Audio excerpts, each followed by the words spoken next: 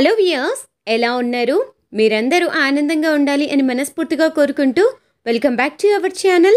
నేను మీ ఆంధ్ర అమ్మాయిని. ఇవాల్టి వీడియోలో మన వ్యూయర్స్ అందరికీ వరలక్ష్మి వ్రతం రోజున వాయినాన్ని ఎలా ఇవ్వాలి, చిన్నపిల్లలు వచ్చినప్పుడు ఎలా, పూర్వ సువాసనలు వచ్చినప్పుడు ఎలా, ఏ సమయంలో వాయినం ఇస్తే మంచిది అనే విషయాలన్నిటి గురించి ఇవాల్టి వీడియోలో మన వ్యూయర్స్ అందరికీ క్లీన్ అండ్ క్లియర్గా ఎక్స్ప్లెయిన్ చేద్దాం అనుకుంటున్నాను.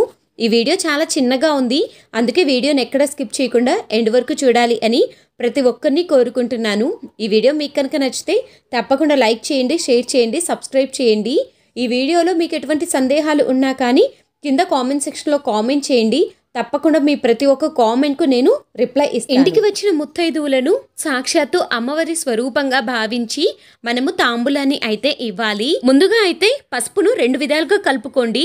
ఒక గిన్నెలో గట్టిగా పసుపును కలుపుకోండి, ఒక గిన్నెలో కాళ్ళకు పోయటానికి పసుపును అయితే కలుపుకోండి. ఈ రెండింటిని పసుపుతోటి సిద్ధం చేసుకునేసి ఇంటికి వచ్చిన ముత్తైదుకు మొదటిగా పసుపును పుయ్యండి. ఆ తర్వాత చక్కగా కుంకుమ బొట్టును పెట్టేసి గంధంలో కొంచెం నీటిని చేర్చి ముత్తైదులకు పెట్టండి. ముద్దగా కలిపి పెట్టుకున్న పసుపును ఇస్తే వాళ్ళు పుస్తల తాడుకు తెల్లని దారం కానీ పసుపు దారం ఉంటుంది కదా, ఆ దారానికి పసుపును అయితే పూసుకోవాలి. తాంబూలం ఇవ్వటానికి ఒక ప్లేట్ను సిద్ధం చేసుకోండి. ప్లేట్లోకి 2 జాకెట్ ముక్కలను ఏర్పాటు చేసుకోండి. చాలామంది ఒక జాకెట్ ముక్కను ఏర్పాటు చేసుకుంటూ ఉంటారు, కానీ మీకు స్తోమత ఉండి వీలు కుదిరినట్టయితే 2 జాకెట్ ముక్కలను ఏర్పాటు చేసుకోండి. మీకు స్తోమత లేదు అనుకుంటే జాకెట్ ముక్కను కూడా స్కిప్ చేసి మీరు ఇక్కడ నేను చూపిస్తున్న ఐటమ్స్ అన్నిటినీ ఏర్పాటు చేసుకునేసి తాంబూలం అనేది ఇవ్వచ్చు. తమలపాకులు 2 తమలపాకులను తీసుకునేసి తమలపాకు తొనలు ఉంటాయి కదా, ఆ తొనలను తీసేసి తమలపాకులను మన సైడు ఉంచి తమలపాకులను సిద్ధం చేసుకోవాలి. 2 ఒక్కలు, 2 ఖర్జూరాలు, 2 అరటి పండ్లను కూడా ఏర్పాటు చేసుకోవాలి. అరటి పండు యొక్క తొనలు కూడా మన సైడు ఉండేటట్లే చూసుకోవాలి.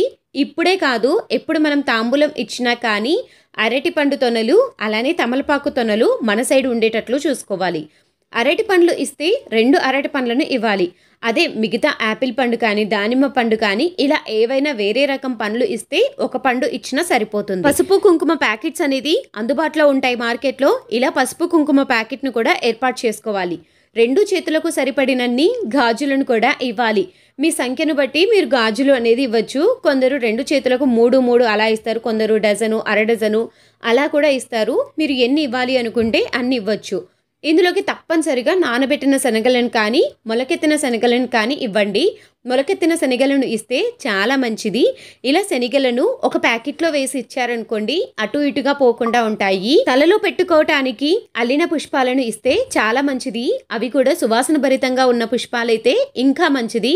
అమ్మకు సువాసన భరితం అంటే ఎంతో ప్రీతికరం కదా, అలానే ఇంటికి వచ్చిన ముత్తైదులకు కూడా అలానే సువాసన భరితమైన పువ్వులు ఇస్తే చాలా మంచిది.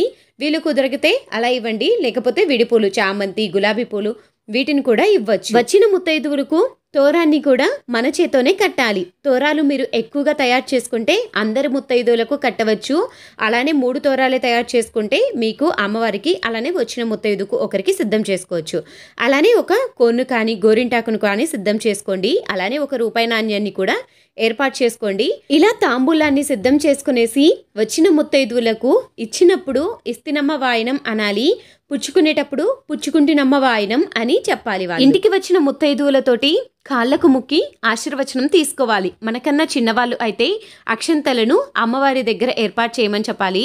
అలానే మనకన్నా పెద్దవాళ్ళు అయితే తప్పనిసరిగా కాళ్లకు ముక్కి ఆశీర్వచనం తీసుకోవాలి. ఇచ్చేటప్పుడు ఎవరైనా చిన్నపిల్లలు వస్తే వారికి కూడా ఆకు, వక్క, పండ్లను ఇవ్వాలి. పూర్వ సువాసనలు వస్తే వారికి కూడా పండ్లను అలానే స్వీట్ ను ఇచ్చి వారి నోటిని కూడా తీపి చెయ్యాలి. వాయనం అనేది వ్రతం మొత్తం పూర్తి అయిపోయిన తర్వాత ఉదయం సమయంలో కానీ సాయంత్రం సమయంలో కానీ వ్రతం పూర్తయిపోయిన తర్వాత ఎప్పుడైనా ఇవ్వవచ్చు. వాయనంలో ఎవరికైనా చీరను కానీ గిఫ్ట్స్ కానీ ఇవ్వాలి అని అనుకుంటే వాయనంలో గిఫ్ట్స్ ను, చీరను కూడా పెట్టి ఏర్పాటు చేసుకోవచ్చు. వరలక్ష్మి వ్రతం రోజున వాయనాన్ని ఏ విధంగా ఇవ్వాలి అనే విషయాన్ని ఇవాల్టి వీడియోలో మన వ్యూయర్స్ అందరికీ క్లీన్ అండ్ క్లియర్ గా ఎక్స్ప్లెయిన్ చేశాను అనుకుంటున్నాను.